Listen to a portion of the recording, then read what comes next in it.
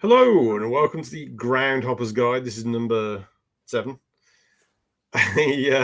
We haven't really been to very much for an assortment of reasons. So this is a big old Mansfield town special. Possibly the first time Mansfield town special has ever been said in history. But no, it was it's been too cold, too busy for Arn. I had a lot of work stuff, and then the day after we did Mansfield, my wife got COVID, and about a week after that, my daughter got COVID. So I haven't really been able to go anywhere because you have to test every day, and you can't really plan for anything. So yeah. The other awful thing, well, say as well as that, lots of games have been cancelled. There's been a few games that I've looked at, and they've kind of all of a sudden gone, "Oh, sorry, they're not happening." Luton Town didn't play a game for over a month, so it's been a challenging month or so. Well, about 2 months actually, almost, isn't it, of football since before Christmas. So it's it's not really panned out how we thought it would at the start of the season. I basically said everyone's going to catch me up on our little Groundhoppers competition leaderboard, and I think everyone's been to the same games as I did, which was not very many. Yeah, I only gained one on you in the time in between. On New Year's Day, I managed to get to Leverstock Green FC. On New Year's Day, which was lovely at the old Pancake Lane in leafy Hertfordshire. It was quite nice, fairly standard little ground, but it was a nice one to tick off. I'd probably go back again if there was nothing else on, but it was one that I don't need to go to again. But that was the only thing I managed to get to, unfortunately. So I was going to see if I could find a picture of Pancake Lane. Pancake Lane.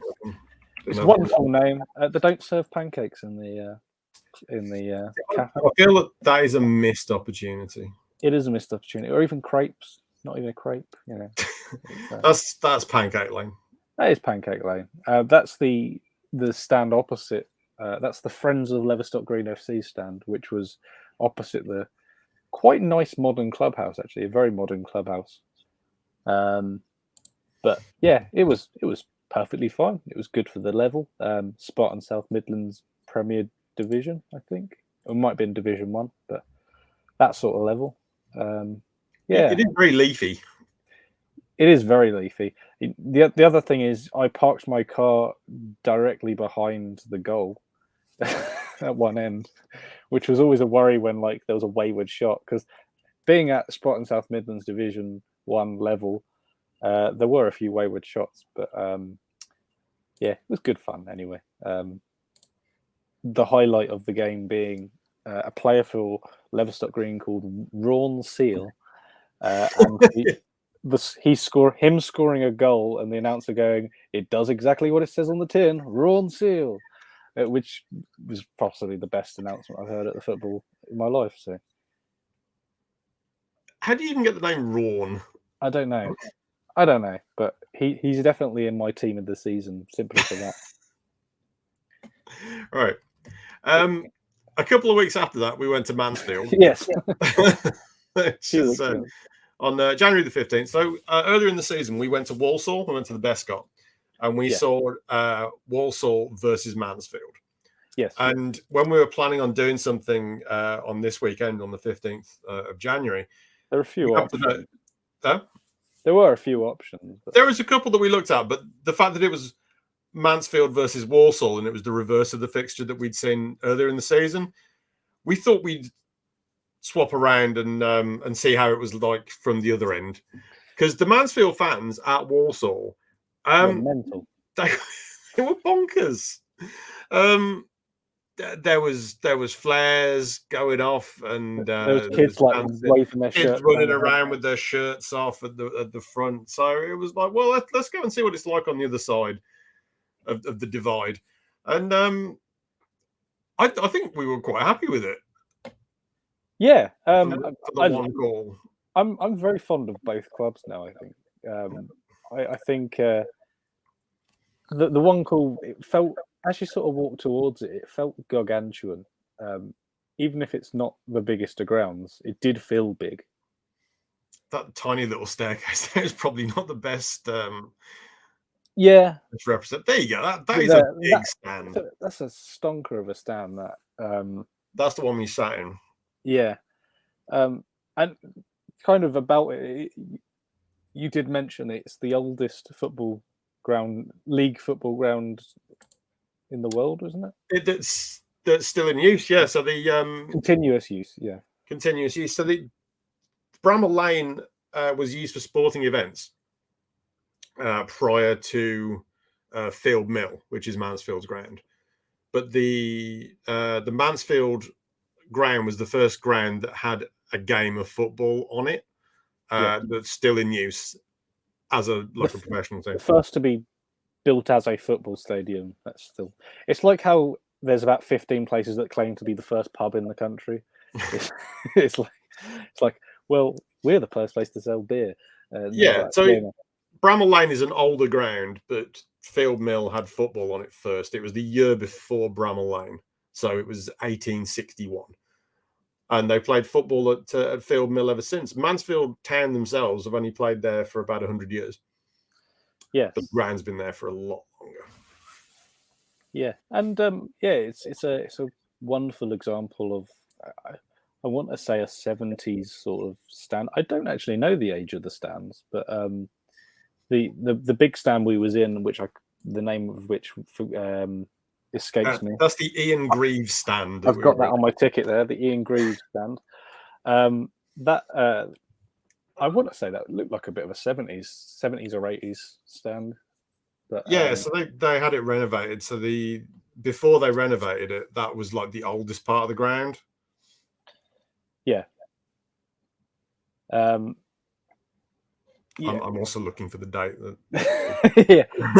Well, I think it's 80s because design-wise, it looks. I think from the outside anyway. I think if you find photos of the outside of it looks very similar to the Den in at Millwall's ground, the Den, which I think is 80s as well. There you go. Yeah, all this I'm pointing at is if you can see where I'm pointing. I want to say stanchions. Would that be what they would be called on the outside? Yeah, I see what you mean. Yeah, they're very similar to something that have the Den, which a ground I am fond of from a design perspective, anyway. Very, very reminiscent of that, which is always a good thing for me. So. Yeah, I think we were really impressed with it from the outside. Going in, the stand that's opposite has been condemned. Yeah, so that was a bit odd. So it's you don't really see that on TV. So I'm going to scroll back to where I was before, which is there. So that is the other side, which is the Bishop Street stand. Bishop Street stand. Yeah. That's been condemned. So they've boarded the whole front of it up and just sold all the and sold it for advertising, which is what is our background today. So all of the advertisers you see underneath are not advertisers that are paying for this particular channel, but are actually advertising at Mansfield's ground, Field Mill. I remember looking at it on Google Maps, and I don't know if you drop the little man on one of the streets behind it, I remember dropping it on it, and it looks like Kenilworth Road. Yeah, it's a terrace. That whole stand is at the end of a terrace row of terraced houses. Yeah, so it's like Kenilworth Road, and then you go inside, and you're sitting in a big stand like you're at Kenilworth Road. You look across it, and all you see are advertising borders. They've missed a trick by not putting little chalets up like Luton has, but it's like Kenilworth Road. It's great. I loved it. It was home from home. Yeah, I don't know how long that's been condemned for, but I think it's been quite a while. I think for quite a long while. I was reading about something, and I don't think they've had fans in there this century. I think it's been that long, but it's high up. They can use it as a gantry, which they appear to be using for media. So that's where the TV cameras are. So it's not like completely going to collapse, but I think taking any kind of like weight beyond that is out of the question. Yeah. It's Bishop Street Stand. It was condemned prior to 2006. There we go. Really? Wow. So so nearly 15 years it's been condemned. So we, I think we need to address the temperatures. The day that we went to Field Mill, bang in the middle of January, I was quite cold. It was bloody freezing, wasn't it? Yeah, I mean, we got to our seats, and it's as grim as that appears. It was very chilly. Yeah, and there was water on them. And yeah, I'd kind of wished we were a little bit further in, because I was sat in there. So the thing about the day, so obviously I drove up from Luton to the Midlands to go and pick up Arn, and I left Luton in a big cloud of fog, and it followed me all the way up the M1. You were worried the game might get cancelled. It was that bad. Yeah, it followed me all the way up the M1, and then I turned off to go towards Birmingham, and it was sunshine. I was like, okay, that's fine. And then we started heading back towards the M1, the M6, towards Mansfield again, and we ended up back in the thing. And I was like, I was not sure that the game was going to go ahead. I was half expecting it to be called off a little bit in the second half, to be honest. But yeah, it started getting a little bit foggy in the second half. But there was never like a big visibility problem. It was just cold. The other worry was that we was a little bit exposed, and I was picturing there we go. That's how cold we were. I was very much picturing a icy rainfall and us being absolutely soaked and drenched and having to sit in the car in our pants to warm up. That's with the heating on. That's what I was kind of expecting to come. Yeah, I'd looked at the weather. I knew it wasn't going to rain, so it was all right. But yeah, that was a bit of a worry. But yeah, absolutely Baltic. That's what football in January is all about. And yeah, I think for every beautiful sunshiny day you have in pre-season, you have to pay for it with a mid-January game in Mansfield. You don't deserve the end of season in May if you're not there in January. Admittedly, I said that we only went to like one game. But, and also we were taunted, I believe, by one of the stands. The RM refrigeration and air conditioning stand. Yeah, see the little snowflakes on the. You probably can't. It's very small, but a refrigeration and air conditioning stand. As I said to Mike at the time, it just it felt a bit warm. A bit of aircon wouldn't go amiss in it. As I couldn't feel my toes. I bet that's one of the things. It's bloody freezing in the winter and it's absolutely roasting in the late season. I bet there's no in between. It's never comfortable. That's.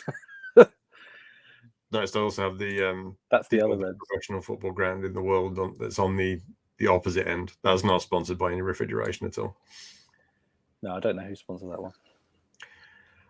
Something I wanted to talk about was the fans, because obviously we quite enjoyed the Walsall game. Yeah, we weren't really in a particularly rowdy part of the stadium at the Bescott. That there are rowdier parts to be in. Yeah, I think we was in a family area. Yeah, well, the Walsall fans that turned up in Mansfield were extremely loud, but also the Mansfield fan, there isn't like a part of Field Mill where you go like, oh, that's the quiet bit. We were basically in the quiet bit, and people were loud. Yeah, there was. It felt very much. It's a very cliche thing to say of a team this size, but you very much felt as part of the community where you sat, and you kind of got the impression that everybody knows everybody sits around the same place. And I use the word sits with much emphasis because that was one of the main bits where somebody would stand up, to move, let somebody pass, and somebody would be like, sit down, as a joke. They had a bit, didn't they? It was a good bit. It was dead funny. I felt like joining in a few times, but I was worried that like my soft southern accent was gonna. I reckon if we'd have gone to like another couple of Mansfield games and sat like in the same sort of area, yeah, we'd have been in. Like, Yeah, we'd have been. I liked them people. They were a good laugh. Yeah, they were a good bunch of I lads. reckon we're like about 2 games and bumping into them at the pub away from being on following each other on Twitter, Being Facebook mates, I think. Facebook mates. Yeah, I think it felt like that. Honestly, it was a joy to sit among those Mansfield fans. They were fun to be. I can't repeat some of the things that was said. I have to admit, I did sit, but it was all in good jest. It's one of these things. I think you first you make a judgment when they sit near you, and you're like, oh, okay, and no, they were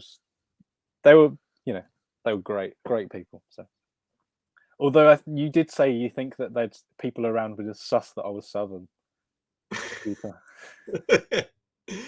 Yeah, we were having a debate about where the Midlands ended on the way to the game, and after I had a conversation with somebody, I was like, "Yeah, Mansfield's definitely in the Midlands because I can go absolutely anywhere in the Midlands, and people think that I'm supposed to be there. Yeah. I don't know what it is about my accent, but like anywhere in the Midlands. Oh, are you from it? No. Even though I clearly don't have that kind of. There's a slight twang once you get north of Birmingham. You could be one of them lads who's moved down to work in Birmingham and you've softened up a bit. Yeah. So Mansfield's in the Midlands because I felt included. I think we agreed that the border is somewhere between Sheffield and Chesterfield, didn't we? I think. I think it is. I think it's Chesterfield's in and Sheffield isn't. Yeah, I think that was where we drew the line. Sheffield does start to feel a bit northern, to be fair. I also tried to blend in by having what appeared to be maybe a Mansfield shirt on underneath, which was this because it's got like the yellow and the blue on the collar.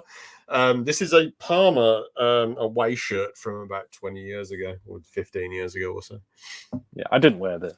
I can't remember that. Yeah, well, I just wrapped up bloody warm because it's freezing. Yeah, a very good thing about our position is that we were sat 3 rows back, sort of in the corner. I've got a picture. So we were sat there, so right kind of by the goal at this end. And in the first half, really scrappy, nothing much happened. Second half was Mansfield attacking that goal, so they scored both their goals right in front of us, and the second one, like in the last minute, the players came and celebrated like right in front of us. It was a proper proper moment. I really enjoyed that. Yeah, it did feel like, again, cliche.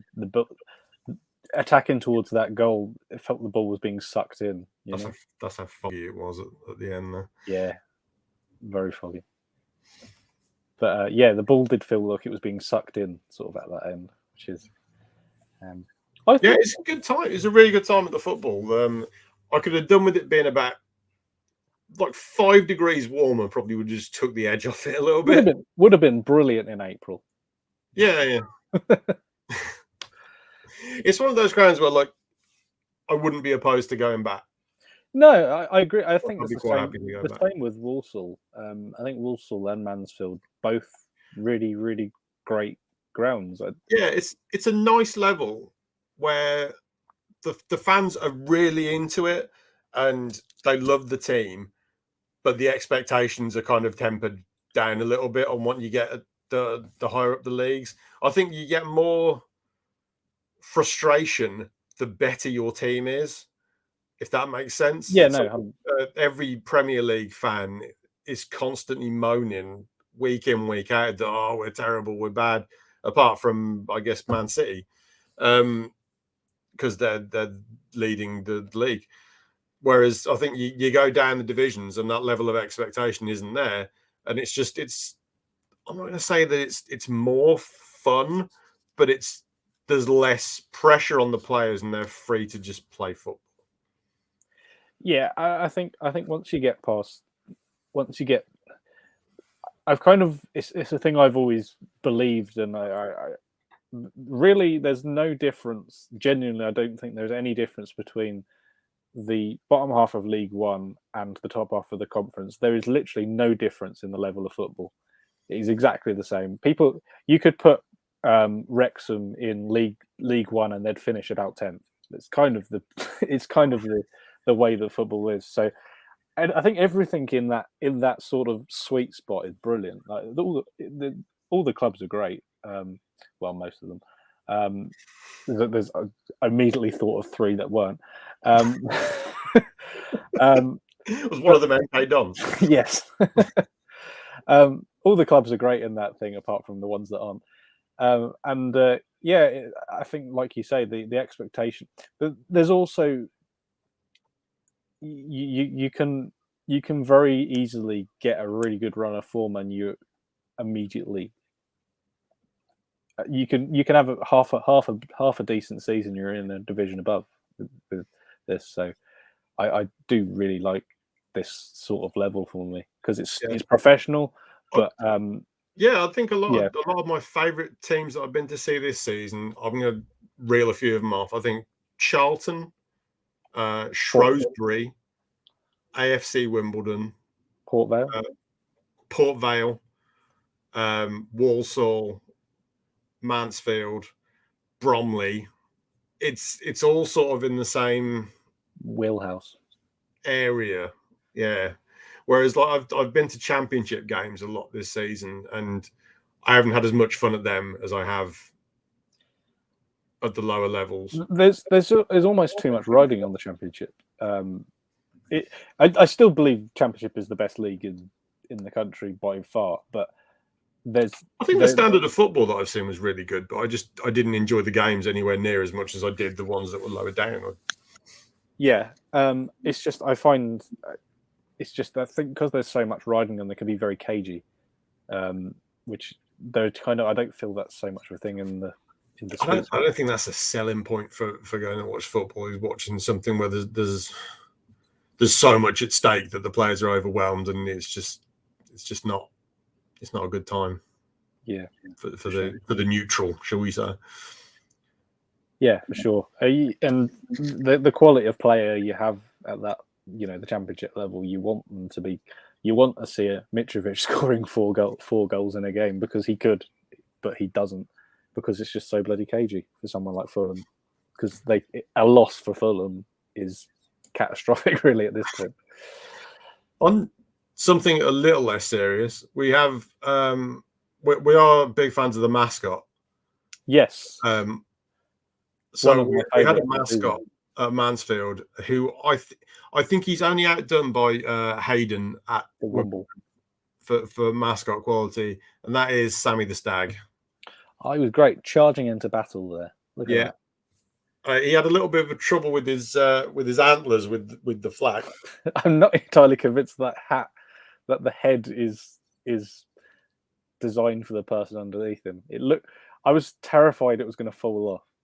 Yeah, and that's breach of mascot etiquette 101, isn't it? I've never seen a mascot's head fall off, but I thought I was going to see it, and I would have been absolutely gutted if it had. But yeah, I did like old Sammy. Very animated. Yeah, a lot of the mascots, they can't really move around because they put them in these big oversized shoes to make it look like they're like a cartoon character, whereas they just let Sammy do his thing. He's got like football boots on and just running around. Yeah. So fair play to him. That was another highlight. I thought the food was pretty good as well. It was all round. It was just a good day out. It was just really cold. Kind of going back to like the place where we sat, it was really good because for like about 20 minutes of the second half, Sammy the Stag kind of stood near us, like the other side of the fence, and like he reacted when like there was a bad call by the referee. He threw his hands up. It was great. It was good work. Again, he felt like part of the community, and when you have if your mascot does that as well, and like you say with Hayden the Womble, that is big, bonus point for in terms of the mascot stage. So I didn't see Hayden the Womble. I'd like to maybe get to him this year, but yeah, I think we should because AFC Wimbledon, for my money, is the most invested I've been in a game all season because I turned up and I was like, oh, Wimbledon, yeah, that's fine. And by the end of it, I was singing the I was chanting with the rest of them, and I was like, how's this happened? It's only twice this season that I've joined in a chant. I think once was at Cheltenham. It was constant at Cheltenham. You just kind of ended up doing it. And the other one was Wimbledon. And Wimbledon, I properly meant it. I really wanted them to win that game, and they did. It was great. Yeah. Great experience of the football. That's what you want. Yeah, and so I think big thumbs up for Sammy the Stag. Big fan of Sammy. Yeah, thumbs up for Mansfield. Also, thumbs up for Sammy. And thumbs up for Walsall as well. Cracking. I think we are probably YouTube's foremost experts on Mansfield versus Walsall fixtures. So during the 21-22 season, I think we've got that market cornered. Although there is Walsall Fan TV. Let's not forget that. Oh God, yeah, that was funny, wasn't it? Excellent coverage. I actually watched his piece on the Mansfield game. Couldn't help myself. It was good fun. Like it was good fun going to the game and going like remembering players from the game before, and like so George Miller was playing for Walsall again, who was brilliant in the first game. He had a good game. He was a good game, but I think he'd been in a bit of patchy form for a while. Yeah, so, I think he's not scored for a while. Who was the lad at Mansfield? Was it Nolan? He was like the left back. I want to say Nolan. I'm just looking it up as we speak. The left back for Mansfield. What was his name? Can't see his name. I want to say it was something like Nolan, but I don't know. No, McLaughlin, wasn't it? No, Quinn. Sorry, Stephen Quinn. Stephen. Oh, yeah, he got covered in mud. Stephen Quinn. Like, I immediately like everybody like loved him. So he felt like someone who was a favoured, like a fan favourite, and he got stuck in. He pumped his fist better than anybody else when they scored. So like he bloody loves Mansfield, and I bloody love Stephen Quinn. So he's one of my favourite players I've seen this season. The lad who scored, Harry Charlesley, he came on at half time. Yes, he was good as well. He'd never scored a professional goal before. He scored twice. Yeah. Okay. So we've got to see all of Harry Charlesley's professional goals. They're both pretty good. The second one was really good. Yes, it was. Took it really, really well. Coming off the flank and just beat the keeper at the near post with power. So fair play to him. Yeah, I did get to see former Luton Town goalkeeper, if you remember the Arn and Eddie experience from New Year's Day. I did get to see Marek Stech on the bench for Mansfield, which was I completely forgot he was at Mansfield, and I saw him walk across and I was like, I know that man. I think I'm friends with him on Snapchat, which is a bit of an odd one. I should have messaged him. But I got to see Marek Stech, which I was quite excited about. But I've got a big affinity for George Miller and old Stephen Quinn, Harry Charlesley. I think they're going to go in my team of the season for sure. Yeah, nice bunch of lads. In my head, I am making a team of the season for teams I've seen. Team of the season, sponsored by Hungrilla Gourmet Grill. the Hungrilla team of the season. Yeah. We'll have to put the background back up so you get the proper sponsorship at the bottom. I can't even remember what the sponsorship was at the that we had last time. We had a lot of sponsors. That was the other thing I liked about Mansfield was one end of the pitch there was two sponsors for a local company. I can't remember the name of it, but let's say it was like let's say it's J Smith, but one was advertising skips and the other one was advertising muck spreaders. And I was like, I love that was one of the big billboards, like advertising muck spreaders.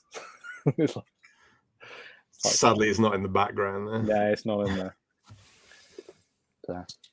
But yeah, no, all in like got a big grin on my face, like thinking of things from that game. So yeah, really, really good fun. That was a good time. What have you got coming up next?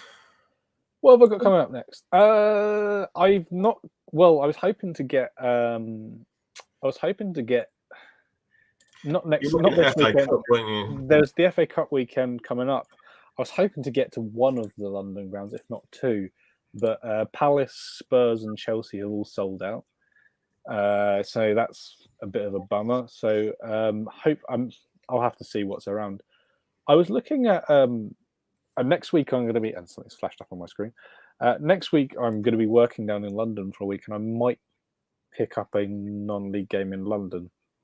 So that maybe be something quite exciting on Tuesday evening. But yeah, I've not really got much hugely planned for now. Yeah, sorry. It's all right. I've got the only thing I've actually got tickets for is Burton Albion versus Cambridge on February the 12th. Okay. So that's definitely in. I've been having trouble getting to stuff because of work and COVID in the family. So we're going to go to that. That's going to be the first game back. Yeah. One that I've done actually already. Yeah, you've already ticked off the Pirelli, so I want to get that one done with Tannoy Tom. He's coming with me from Romulus. Good Tom, good lad. And then March, I think I might get the chance to pick up some more stuff. So I might possibly. At this first weekend of March, I'm going to be in Germany. Not for football, unfortunately, but I may get something in. I'm going to try. So that's if we see you all before March. We'll try and do one sort of towards the end of February. So at least we'll have Burton Albion to talk about if nothing else. Hopefully. And then March is going to be a lot busier. There's going to be more grounds involved. So March will be a big one. So fingers crossed. Anyway. Okay. Until then, I've been on. This is Mike. Thank you very much. We will see you again on the Groundhoppers Guide number 8.